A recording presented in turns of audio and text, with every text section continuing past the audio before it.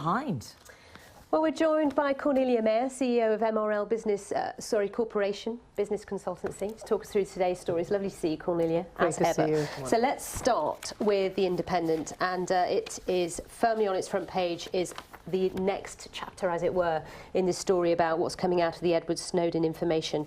It talks about this huge internet monitoring station in the Middle East, run by Britain's secret service or what have you, and it's sharing information with the US. No big surprise to hear that, I guess. No big surprise, and I'm glad they're doing it. Look, if you live in the US or if you live in the United Kingdom, you may be subject to some terrorist attacks. So I think it's a very good thing that they're doing it, and it's no surprise. And I think MI6 would not be doing their job if they didn't do it. I mean, the question The Independent raises, though, I mean, it admits as well, this is no surprise to hear this, but they're talking about the scope and scale of it, which they can't print about or have not printed about, that they say that would raise eyebrows. And it's the whole danger of that catch-all term in the interest of national security and the impact that has on the freedom of the press. And who watches the watchdog? I mean, here what we probably learned from the Snowden affair is that we need to have somebody with the appropriate security clearance, some watchdog who watches our watchdogs. You need to have a watchdog for the watchdogs. Mm. Whether that will happen or not. Exactly. It's is another matter. But hey.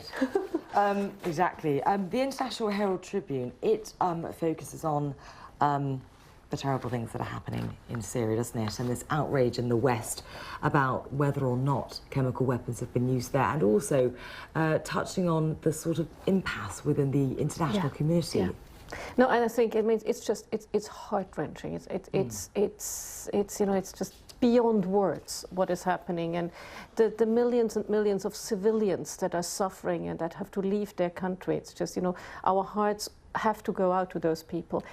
And we have an impasse, and the thing is, how can we make the UN have more bite? We have UN weapons inspectors there, and even Russia, who is on the Security Council, not always with the West, says, look, they really need to give access to the UN security, to UN weapons inspectors to go and have a look. But the longer they leave it in terms of allowing them in, the less likely or the harder it will be to actually get to the bottom of what really happened and who was responsible. And the question that the West has is, we went into Libya, we went into Afghanistan, we went into Iraq. None of it has been so terribly successful. And if you look at the opposition, it's so fragmented, and it's hard to see who's with whom and who's really behind them. So it's not an easy thing, but really our hearts have to go out to all these civilians who are suffering, and we are helpless. We can't help them. The very particular issue here, though, as you were suggesting, Sally, and the BBC set up its own special Syria desk focusing on this, is because of the particular kind of nerd agent they suspect has been used there. It doesn't hang around in the atmosphere, so there is a finite window in which they can actually go in to assess if it has been used or not. So time is really against them. It's really against them, and there should really be some mechanism by which UN weapons inspectors can go in. They have a pre-agreed protocol which doesn't allow them to do that, but that's not good. Now, the Chinese press very much focused on the case of Xilai, and we'll get to that in a second. But first of all, the business section of South China Morning Post looks at all the data we got yesterday. So the story about Chinese factories seeing a jump back to growth in August, that was a surprise, but also it touches on US manufacturing, and it all kind of concludes that even this the means the Eurozone Fed can taper. And the Eurozone is good, but when you dig deeper with the Chinese numbers, some of it comes from big infrastructure projects, so some of it is sort of state-led. Well, the Fed can taper, but the Fed has given itself limitations.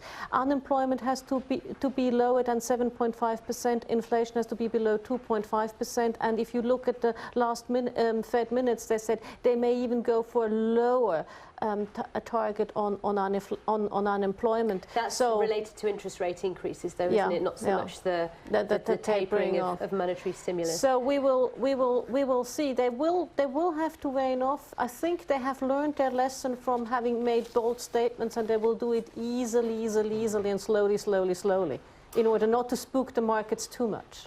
Well, another impact. Of being spooked. I was going to say another impact of what the Federal Reserve is saying, and of course we were just talking earlier, Cornelia, about the impact of what Mr. Ben Bernanke says around the world, and it's having an impact in India, isn't it, on the rupee, which for 5 days now has just been sliding and sliding. Oh yes, I mean it's down 20% from the beginning of the year.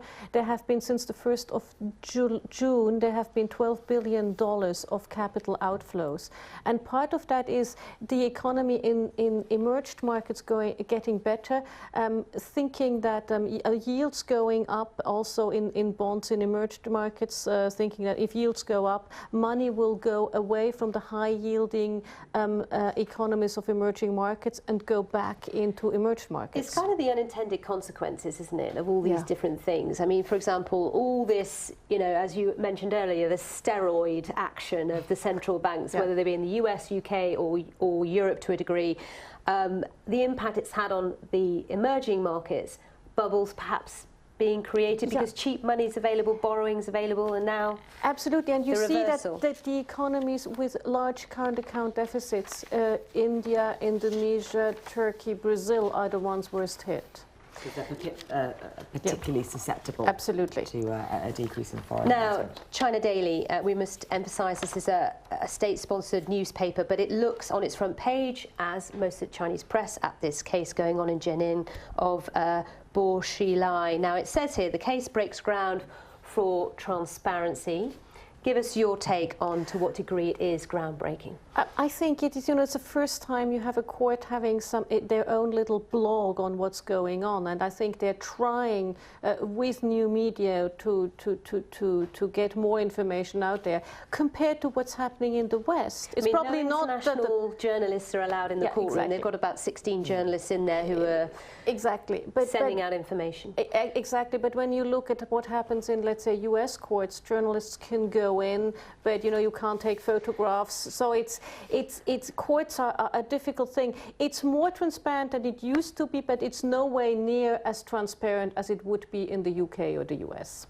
Of course not, but we'll see how it continues, because our correspondent there, John Sutterworth, was saying actually the information flow today has been quite a bit less than yesterday on day one, but we shall see. Such a fascinating case, but it's a good thing, because it's a very hard case for the Chinese establishment, given how important Xilai was. Quick final look at the Daily Telegraph, the business page there. Kevin Spacey giving this McIntyre lecture up at the Edinburgh Film Festival, talking about how television needs to be careful unless it's left behind with the sort of internet revolution. Yes, and he says, you know, we have a lot of people who are very established, and the new creative talent doesn't come in, and everything is so expensive, and the internet revolution makes things cheaper and gives more voice to the young creative talent, and if television doesn't give voice to young creative talent, it will be left behind. Where will we be then? Yeah. Thank you very much, Cornelia. Thank Appreciate you. that. A look at today's newspapers. Thank you too for your company. We'll see you soon.